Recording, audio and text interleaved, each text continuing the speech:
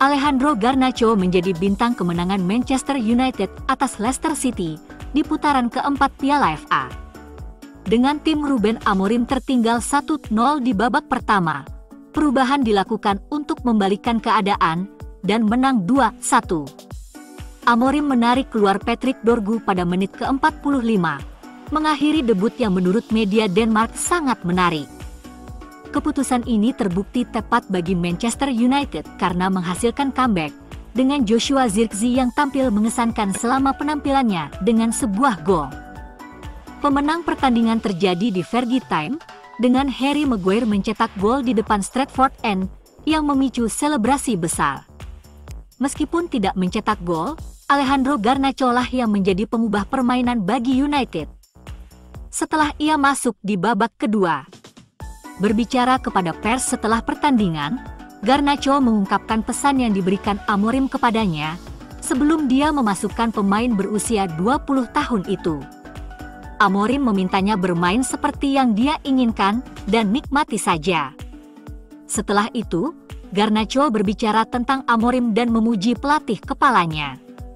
Garnacho dinobatkan sebagai pemain terbaik pertandingan Manchester United di Piala FA itu.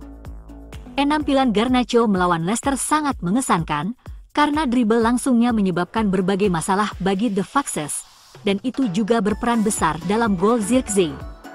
Wes Brown memuji Garnacho di MUTV dengan menyatakan bahwa pemain Argentina itu membuat perbedaan dengan gaya yang akan disukai oleh rekan satu timnya. Di situs web klub, para penggemar juga menegaskan kualitas Garnacho saat ia terpilih sebagai pemain terbaik pertandingan untuk Setan Merah. Penampilan Garnacho akhir-akhir ini membuat keputusan untuk tidak menjualnya terlihat sangat cerdas, karena hal itu akan disesali.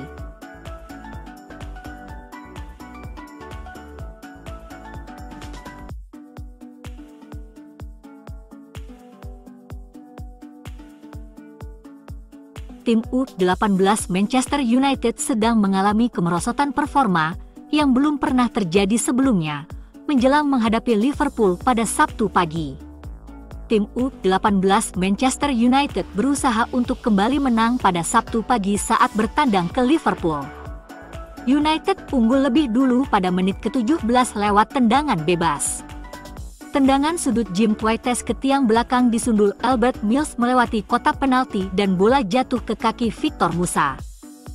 Pemain nomor 9 kami, yang golnya sebelumnya dianulir karena offside, mengarahkan bola ke arah gawang, dan sundulannya melambung melewati kiper Liverpool Bailey Hall dan masuk ke gawang. Sundulan Musa kembali menggandakan keunggulan kami, saat penyerang itu menemukan ruang di dalam kotak penalti untuk menyambut umpan silang akurat Kapten Munro dari sisi kanan. Setelah unggul 2-0, performa United menurun dan ini menyebabkan Liverpool menyamakan kedudukan. Victor Musa mencetak kedua gol untuk United, sementara kejadian penting lainnya adalah kembalinya Shea Lache. Sementara itu, James O'Ferry memulai debutnya setelah kepindahannya pada musim panas. Setan Merah Muda memiliki peluang untuk menambah keunggulan di babak kedua, tetapi mengalami kekecewaan di akhir pertandingan ketika Tyler Martin mencetak gol penyeimbang sehingga skor menjadi 2-2. Hal ini membuat tim U18 tertinggal 3 poin dari pemuncak klasemen Manchester City yang tidak beraksi hari ini, tetapi dengan satu pertandingan yang belum dimainkan yang dapat menjadi sangat penting. Pelatih kepala Adam Lawrence membuat 2 perubahan pada tim yang menderita kekalahan adu penalti yang menyakitkan di Piala Liga Premier di West Ham pada hari Selasa. Cameron Birnehus menggantikan Will Murdoch di gawang dan Daniel Armour masuk ke pertahanan untuk Jayden Camason. The Young Reds mengawali pertandingan dengan positif di Akademi Liverpool, menerapkan tekanan tinggi untuk mempersulit tuan rumah ketika mereka mencoba membangun dari lini belakang mereka.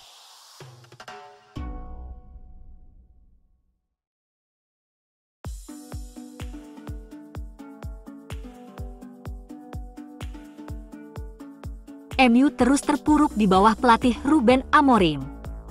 Dia dinilai tidak lebih baik dari Louis van Gaal, Jose Mourinho, Ole Gunnar Solskjaer maupun Erik ten Hag. Sebenarnya apa yang menjadi masalah utama MU?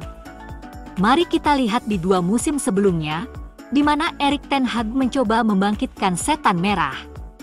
Ten Hag, pelatih jenius yang sukses membangkitkan Ajax Amsterdam, bereksperimen dengan 4-3-3 selama 2 pertandingan di musim debutnya, lalu meninggalkannya setelah MU benar-benar kalah di segala lini. Jelas pemain yang ia miliki tidak mau bermain dalam sistem ini.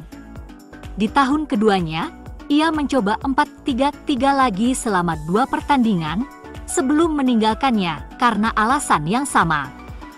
Tahun itu, Ten Hag terpaksa mengakomodasi keinginan pemain menggunakan 4-2-3-1. Hasilnya MU berakhir di urutan ke-8. Musim ini, masih dengan 4-2-3-1, MU merana di urutan ke-13 ketika Ten Hag dipecat. Ten Hag dijadikan kambing hitam dan dipecat di bulan November.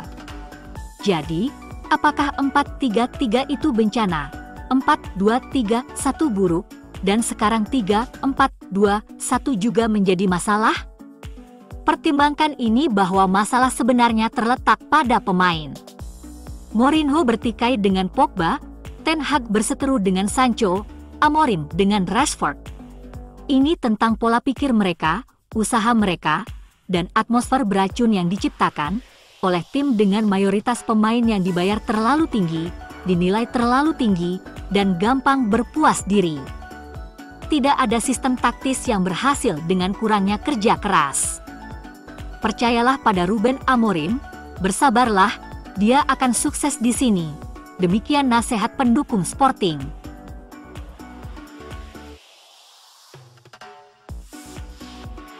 Para pemain MU yang bergaji besar perlu mendapatkan terapi kejut. Memotong gajinya, memindahkannya ke klub lain, atau bahkan tidak dimainkan sama sekali. Lihat saja Antony yang dipinjamkan ke Real Betis. Pemain sayap Manchester United bergaji tinggi ini mengungkapkan berbagai emosi setelah mencetak gol pertamanya untuk Real Betis, merasa senang dengan pencapaian tersebut, meski kecewa dengan kekalahan timnya dari Celta Vigo. Antony dinobatkan sebagai pemain terbaik pertandingan untuk pertandingan kedua berturut-turut, setelah mencetak gol hanya 11 menit setelah pertandingan dimulai di Estadio de Balaidos. Pemain pinjaman United tersebut memecah kebuntuan dengan gaya yang bagus. Mengambil bola di dalam kotak penalti sebelum menyentuhnya dengan kaki kanannya, mengopernya ke kiri, membuka badannya dan melepaskan tembakan ke sudut bawah gawang. Bek Diego Llorente menggandakan keunggulan Betis segera setelahnya. Tampaknya tim tamu melaju kencang dan akan menang, tetapi Celta bangkit di babak kedua.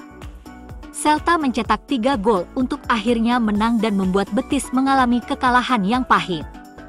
Meskipun Celta meraih 3 poin, Antony dinobatkan sebagai pemain terbaik pertandingan atas aksinya.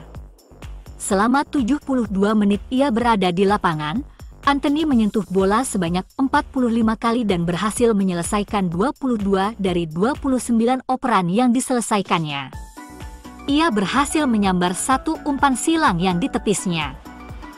Pemain berusia 24 tahun itu memenangkan 1 duel udara yang ia lawan, dan 3 dari 6 duel darat yang ia lakukan.